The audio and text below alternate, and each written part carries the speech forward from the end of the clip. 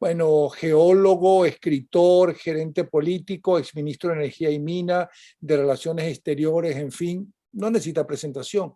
Es Humberto Calderón Berti. Un abrazo y bienvenido, Humberto. Gracias, Napoleón, igual para ti. Estaba escuchando una conversación que tenías con María Corina Machado, y también estaba leyendo un artículo que escribieron, el más reciente, el de hoy, en analítica.com. Realmente bien interesante. Por un lado, bueno, los partidos políticos, no solamente en Venezuela, en buena parte o en el resto del mundo, parece que no han entendido que el mundo cambió, ¿ok? Y que no representan a la mayoría de la gente como antes representaban a buena parte de la mayoría de la gente. Y por otro lado, lo que está sucediendo con los partidos políticos que son de centro o de centro derecha, o si quieres un poco de centro izquierda, pero que prefieren aliarse con los que serán los amigos, los enemigos, no solamente del pueblo, sino de ellos mismos a la larga, ¿no? Y uno no los entiende, como acaba de suceder, por cierto, con, eh, con Honduras y el regreso de Zelaya a través de su esposa. Y no se dan cuenta que para los políticos, para los pueblos, lo que quieren de los dirigentes políticos y de las agrupaciones políticas es que los representen, no que ellos tengan la obligación de ir a votar para conseguirles un trabajo, un 15 y último, un poder, y en algunos de ellos, por fortuna, no creo que sean ni siquiera la mayoría, negocios sucios. Entonces, quisiera saber cuál es la opinión Bueno, de un eso, experto en eso, política como es Calderón Berti. eso es un fenómeno a escala mundial, ¿no? Las cosas han cambiado y están cambiando pues aceleradamente con el tema de la tecnología, ¿no? Toda la cuestión esta, la tecnología moderna del internet, de las redes, etcétera, hace que las cosas se sepan de inmediato y tengan una divulgación aceleradísima. Antes tomaban tiempo en que se supieran y ahora pues las cosas se conocen con mucha rapidez. Hay cosas ciertas, hay cosas falsas. Las redes tienen ese riesgo tan grande, ¿no? Que a veces la gente dice cosas allí irresponsablemente y se convierten en tendencias, aun siendo mentiras. Pero yo sí creo que ha habido todo un cambio gigantesco en el quehacer político mundial. Yo decía en estos días en un programa que me hizo María Corina Machado, que cuando nosotros nos acercamos a la política a raíz de la caída de la dictadura de Pérez Jiménez, fue el caso de la generación nuestra, la generación del año 1958, uno se acercaba a la política primero porque tenía sensibilidad social, sensibilidad porque quería contribuir de alguna manera a que el país progresara y contribuir a que la gente progresara, que la gente que era pobre tuviera oportunidad de moverse verticalmente, de ir a la universidad, a las escuelas, estudiar, prepararse y mejorar en general las condiciones de vida. Y los dirigentes políticos de esa época eran gente que uno le tenía admiración, que uno quería ser como ellos, ¿no? Porque no era solamente la formación ideológica doctrinaria, sino el ejemplo que daban. Era un testimonio realmente que se constituía un ejemplo para todos nosotros. Era muy difícil encontrarse un alto dirigente de un partido político de los importantes que hay en Venezuela, me refiero, que estuviese incurso en delitos de corrupción. Un Caldera, un Luis Herrera, un doctor del Corral, Lorenzo Fernández, los misma gente de Acción Democrática, Betancourt, Leoni, los dirigentes políticos Número de de esa, sentido. los dirigentes políticos de esa gente, perdón, de esos años, eran dirigentes políticos que uno tenía muchísima admiración. Ah, durante muchos años la política fue eso, ¿no?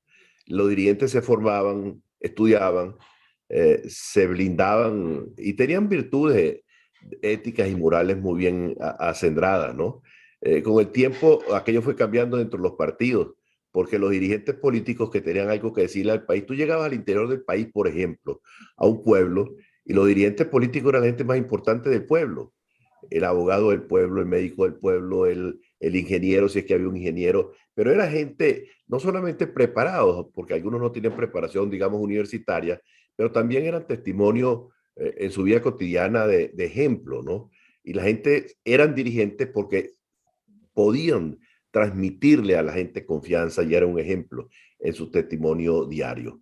Eso fue cambiando con el tiempo y fueron llegando a los partidos políticos gente sin calificaciones éticas y morales, sustituyendo a los dirigentes tradicionales por gente del aparato partidista, que se dedicaban a cultivar a un universo de 1000 personas que eran las convenciones nacionales.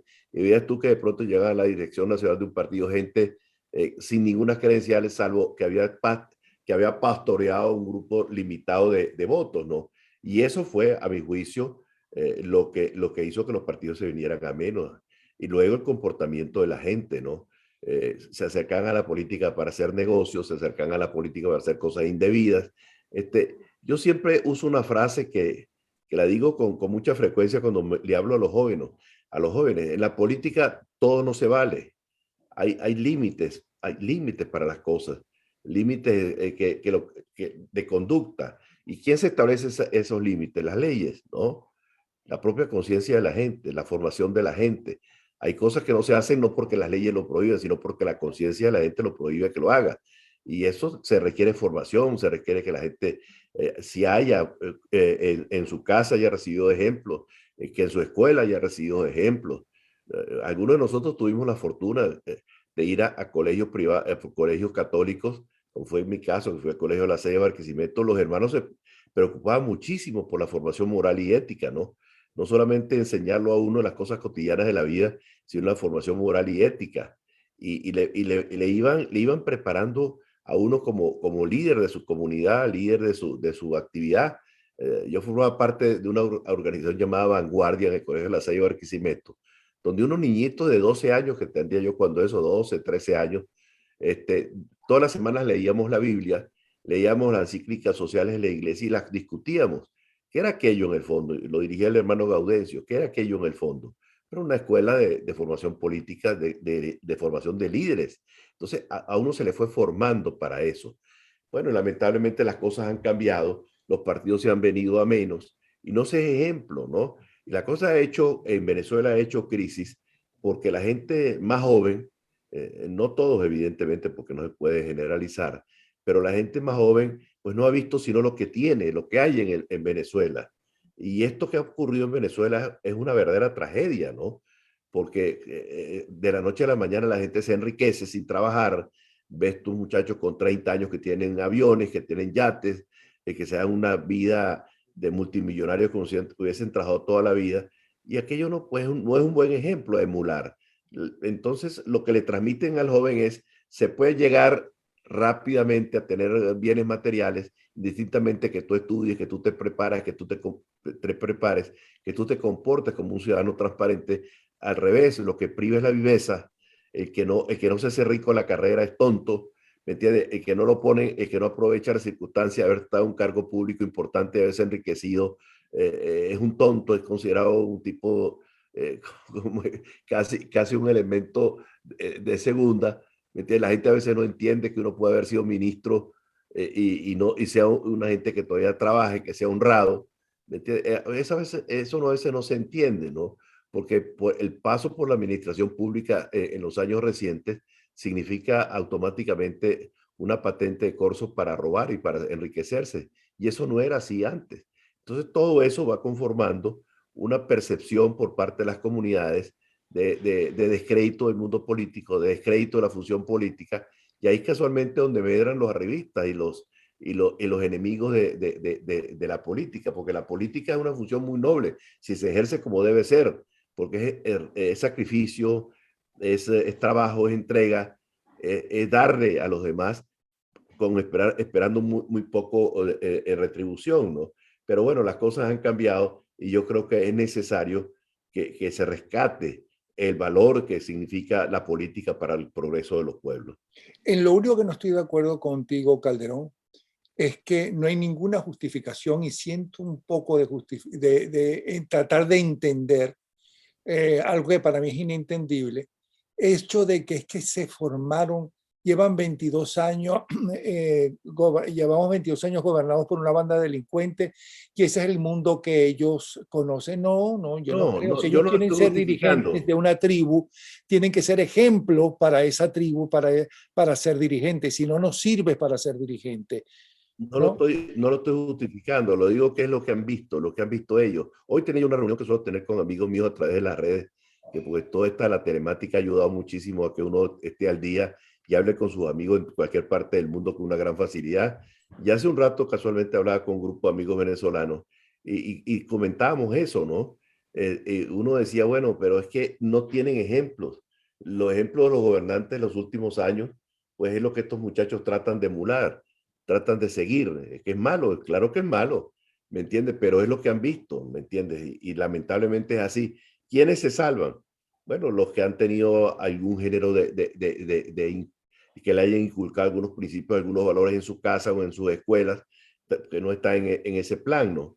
Pero los que no han tenido esa fortuna, ¿me entiendes? Lo que han visto es la cultura de la picardía, de la viveza, de hacerse rico rápidamente, ¿no? Y yo creo que eso en el fondo lo que hace es degradar a la función pública y degradar a los países, ¿no? Que es lo que estamos viendo en Venezuela. Pero Humberto, yo siento que eso no solamente es en Venezuela, que la crisis de los dirigentes políticos y de los partidos políticos es una crisis mundial, que inclusive con una presidente tan importante y que hizo tanto como la Merkel, su propio partido y en su propia nación están cambiando los partidos, están cambiando, están disminuyendo el poder de los dirigentes políticos y la gente está que evidentemente el ser humano es un ser tribal, necesita pertenecer a una tribu, da la impresión que gracias al cambio mundial, gracias a las nuevas tecnologías, gracias a que todos lo sabemos, lo verdadero y también lo falso, también es cierto, eh, gracias a todo eso, la gente quiere tribus pero más pequeñas, quiere tribus que lo afecten directamente a sus intereses. Y mi interés fundamental es que haya trabajo. Entonces, bueno, mi grupo tribal es fundamentalmente para lograr que el país, que yo y mi gente y mi familia y mis amigos y los que piensan como yo y los que no piensan también como yo, en el poder logren más trabajo o que luchen por una ecología y el medio ambiente, etcétera. Uno siente que eso es mundial, no solamente en Venezuela. Claro, absolutamente. Toca poner un ejemplo, para mí, una de las personas más importantes de este siglo, ¿no? Del siglo XXI. Falta todavía por recorrer muchos años. Así como el siglo XX tuvo a Winston Churchill, que hizo lo que hizo, que fue un verdadero estadista y una proeza de perseverancia, de constancia, de lucha, que llevó a su país al triunfo de la guerra, no él pues, solo, pero fue su tenacidad en el fondo lo que hizo que Inglaterra no sucumbiera y convencer a los Estados Unidos que participara en la guerra, cuando todos los demás países están cayendo en manos del nazismo, ¿no? Y para mí el hombre más importante, sin duda, del siglo XX.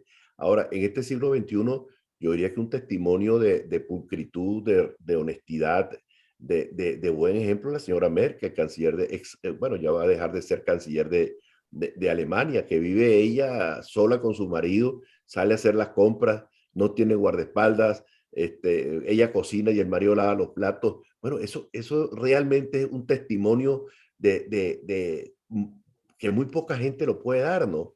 Realmente uno se llena como de sentimiento positivo cuando ve a aquella mujer con la forma como es, la forma como manejó el problema de los migrantes. Mira, hay que ser migrante para uno entender el tema y nosotros somos unos privilegiados, la gente como tú, como yo, porque estar lejos de la tierra de uno es doloroso, estar distanciado de la familia también, no estar viendo a los hijos, a los nietos, a los primos, a los familiares de uno, eso pega muchísimo, ¿no?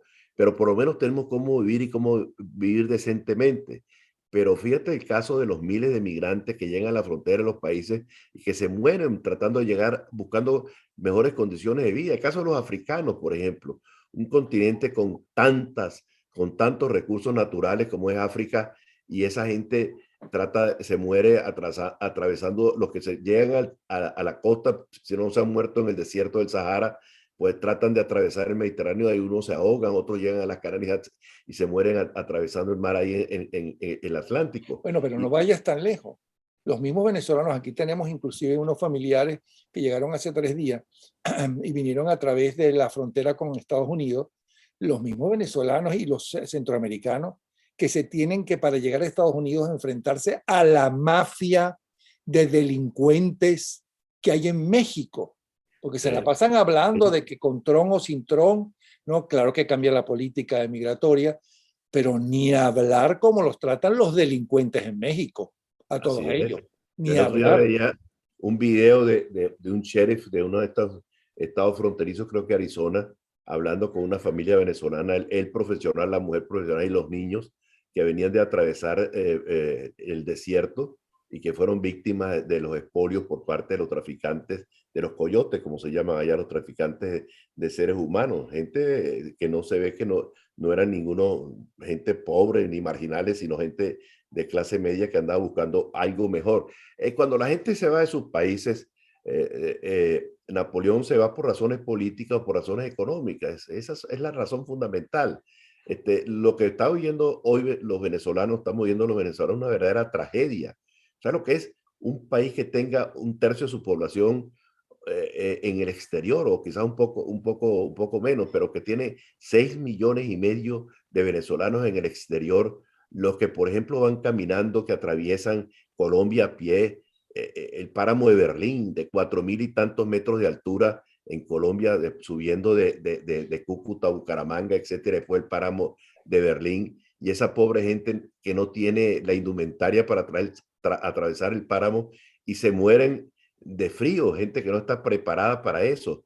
Y luego siguen caminando ya en Ecuador, y de Ecuador pasan al Perú, después se van a Chile, algunos el tapón del desierto los aguanta y otros siguen. Es un drama. Y Sí. por eso nosotros, no sé si ustedes han visto, que la semana pasada un grupo de exdirigentes de la democracia cristiana le mandamos una carta a la señora Frey, que es presidenta, a Carmen Frey, que es presidenta del Partido Demócrata Cristiano de Chile, porque el Partido Demócrata Cristiano de Chile está apoyando a un seguidor del Foro de Sao Paulo, del Grupo de Puebla, del régimen venezolano de Maduro y de Chávez, de apellido Boric.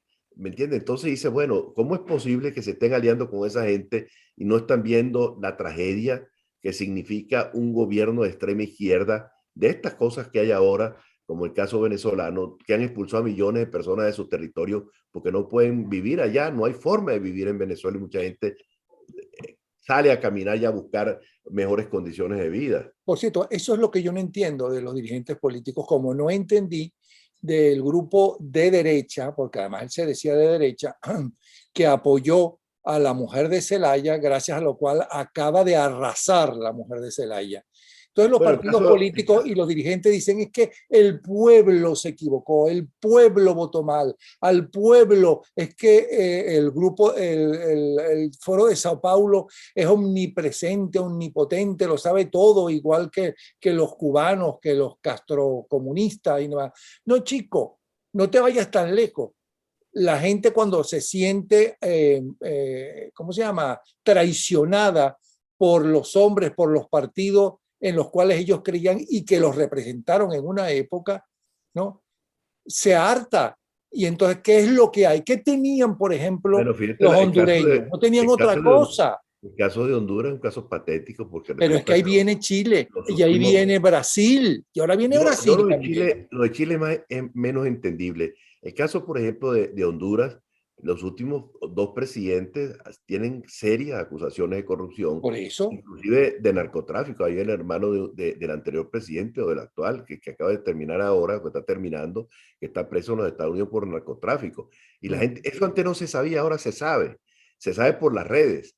Claro, pero hay una cosa que yo creo que los dirigentes políticos deben aprender en el mundo entero, especialmente en América Latina, es que ahora no solamente todo se sabe y existe la posibilidad mucho mayor, ¿ok?, de que las denuncias, cuando tú estás en el gobierno y eres un gobierno democrático, no solamente se sepa, ¿no?, a través de los medios, ¿no?, sino que en una dictadura donde hay mucha más corrupción, donde se genera mucha más pobreza, ¿no?, no lo van a saber, ni siquiera por los medios tecnológicos la mayoría, porque esa mayoría humilde no tiene esa posibilidad de enterarse de las verdades y de las mentiras de ese medio que está cambiando al mundo. Entonces, quienes están hundiendo y haciendo desaparecer las democracias y que el pueblo, como no tiene otra cosa, los pueblos no, los ciudadanos que votan, ¿ok? Voten justamente para sancionar a aquellos que los traicionaron, como sucedió en Honduras, como creo que va a suceder en Brasil, como es posible que suceda en Chile. Entonces, tienen que estudiar qué es lo que pasa, tienen que darse cuenta que tienen que dar el ejemplo. Bueno, el caso chileno, Napoleón, un caso realmente que inexplicable. Uno de los países que más ha progresado en América Latina era Sí. Chile. Hasta hace muy poco tiempo se decía que nos iban a decir hasta adiós, hasta luego, tercer mundo. Yo ahora voy a ser el primer país de América Latina incorporado al, nuevo, al mundo desarrollado, ¿no?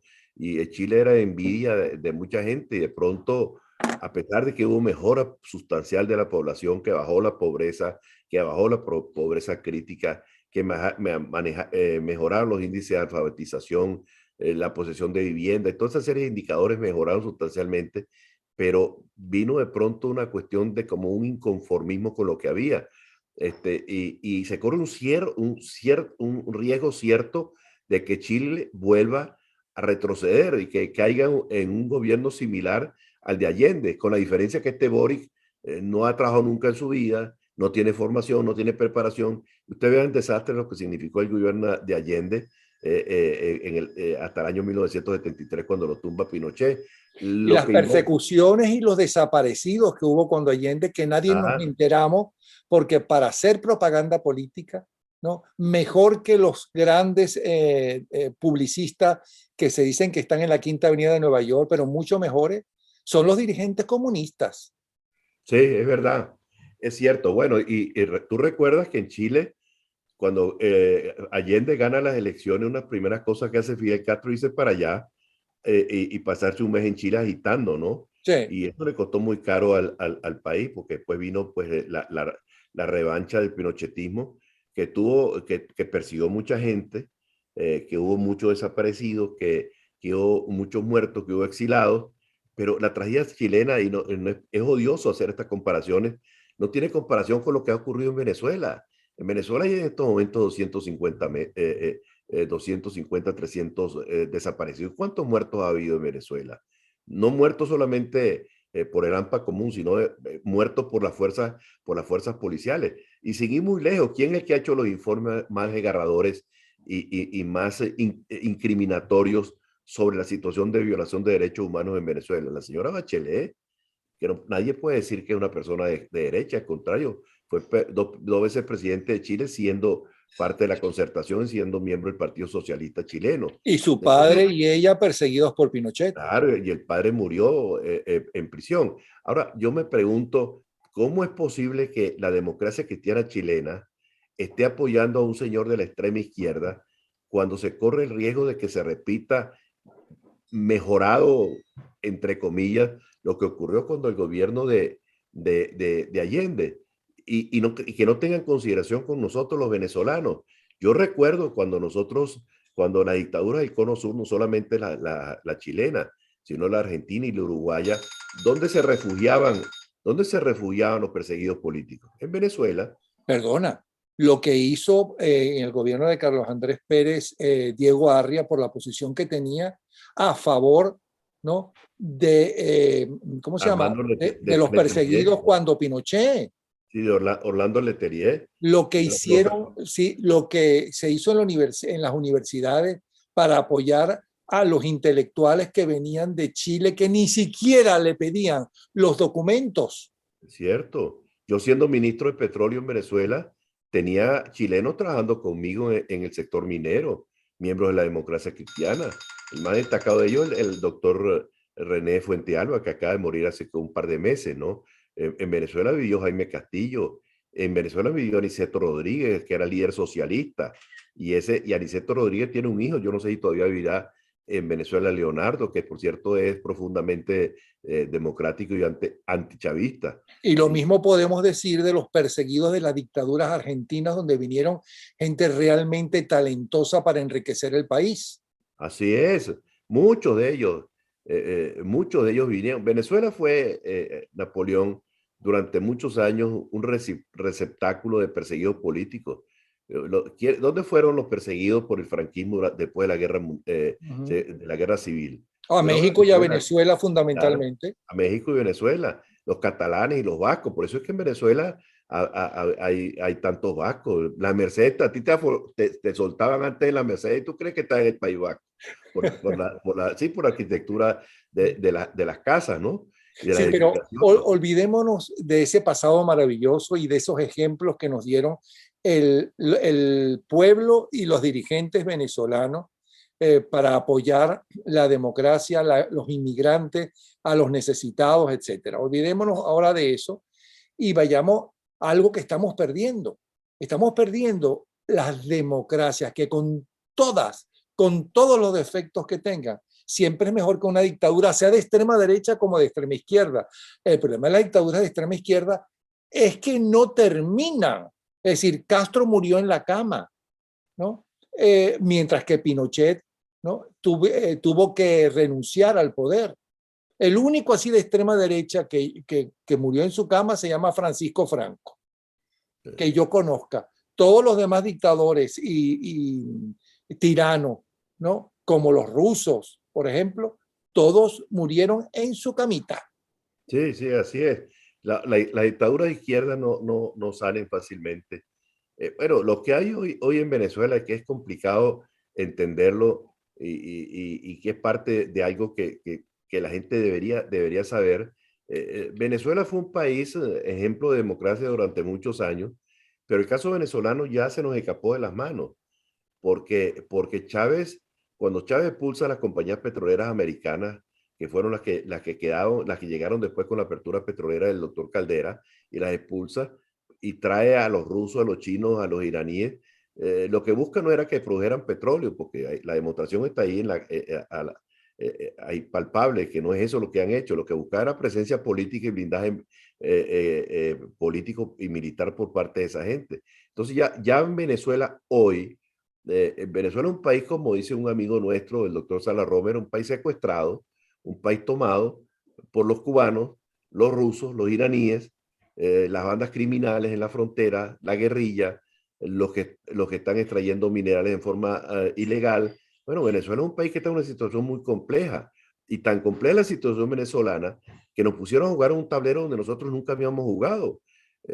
Antes los problemas los arreglábamos los venezolanos. Hoy la solución del problema venezolano, pues habrá que hablarlo con otros países, lamentablemente. ¿Por qué está Rusia en estos momentos de testigo de lo que está ocurriendo en México, en los diálogos de México? Los cubanos están manejando en Venezuela los servicios de inteligencia, las cuestiones de identificación, las notarías, los registros. Es decir, la situación es extremadamente complicada, la situación de Venezuela.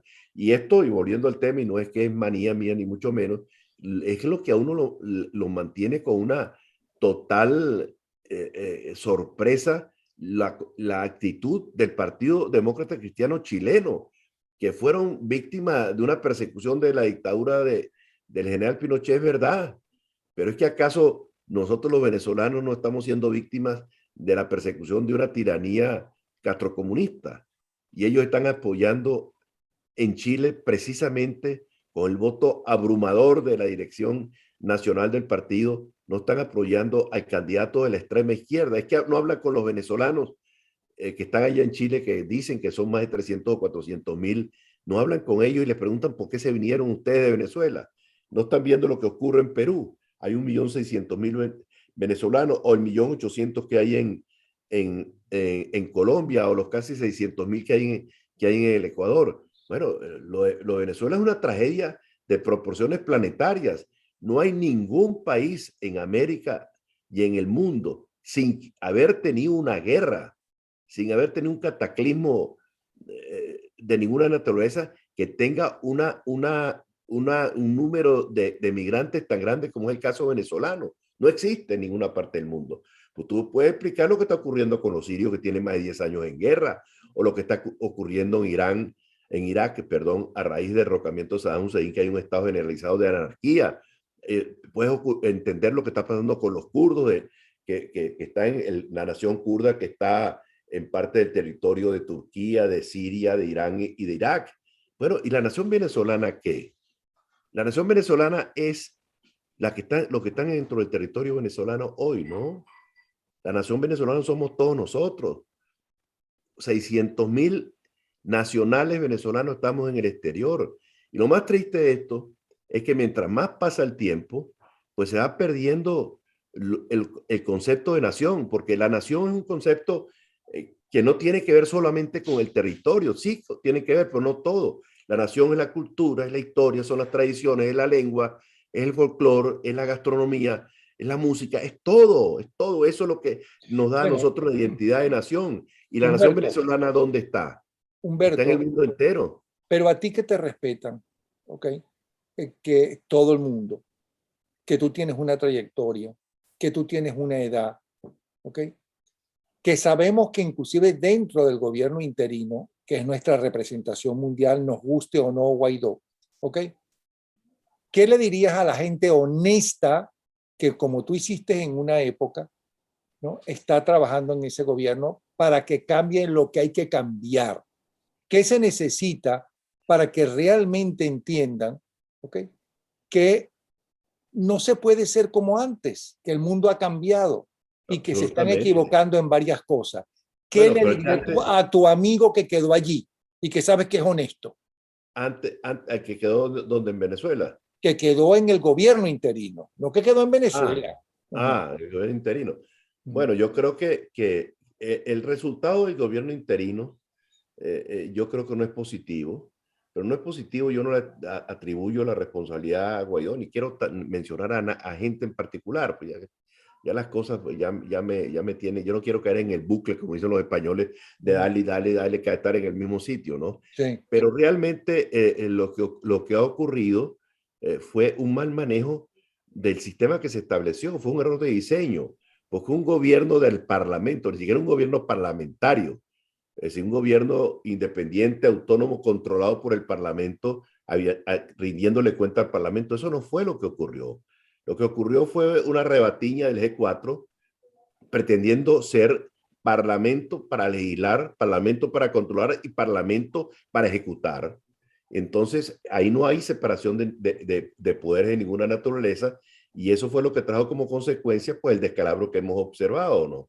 Y el descalabro es simplemente porque no hubo separación y si continúa el gobierno el interino y continúa Juan Guaidó, pues yo creo que lo recomendable para que haga Guaidó al frente de la presidencia del gobierno interino es que haya una verdadera separación, que exista una cosa separada. Yo no estoy diciendo que acabe con los legisladores, ni mucho menos, que exista una especie de comisión delegada, que haya una nueva plataforma política, Que porque sea no democrático y que el sea poder esté democrática. repartido. Uh-huh. Claro, y que haya representantes en esa especie de comisión política o comité político de sectores de la sociedad civil, de las academias, de las universidades, de los empresarios, de los gremios, etcétera, ¿me entiendes? Y un gobierno pequeño que trate de hacer lo que tiene que hacer durante un periodo de transición, porque hay que ser realista, el control del territorio no lo tiene el,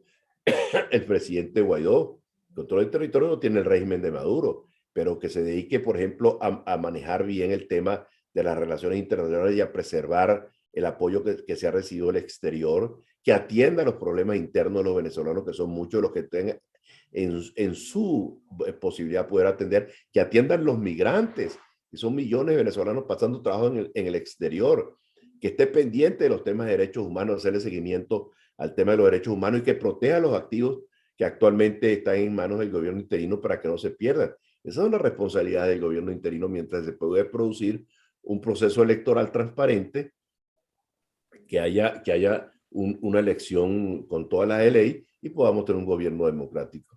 Bueno, te agradezco que no solamente le hayas hablado a tus amigos que todavía debes tener dentro y que tú sabes que son honestos, sino que directamente se lo digas al presidente interino, a Juan Guaidó, porque hablaste exactamente con algo que él puede escuchar, que puede discutir, ¿no? Que a lo mejor no tienes la razón o a lo mejor él es el que no la tiene, que a lo mejor es mucho más difícil de lo que se piensa, tú debes saber si es difícil o no. Si lo estás diciendo como posibilidad, es que hay posibilidades de hacerlo. De verdad, porque además la gente te escucha. Sí hay posibilidad de hacerlo siempre y cuando el propio Guaidó tenga la voluntad de hacerlo. Yo le atribuyo a su determinación buena parte de lo que pueda hacerse. Él tiene que interiorizar perfectamente bien las cosas y asumir su responsabilidad y ejercer su responsabilidad como le fueron atribuidas de acuerdo con el Estatuto de la Transición.